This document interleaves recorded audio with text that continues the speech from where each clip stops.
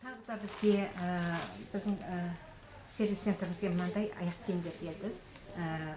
Лечебный, үйде кигенге, далаға кигенге жалаң аяқ киетін болсаңыздар, мынаның табанына крапиваменен бамбуктен тоқылған.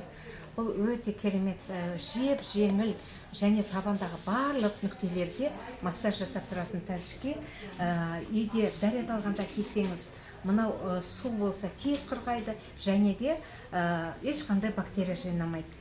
Ана біздің жаңағы мата тәлішкелеріміз ұқсап былжырап кетпей, бактерия жиналып, иісі шығып тұрмайды. Керемет, сондай жеп жеңіл.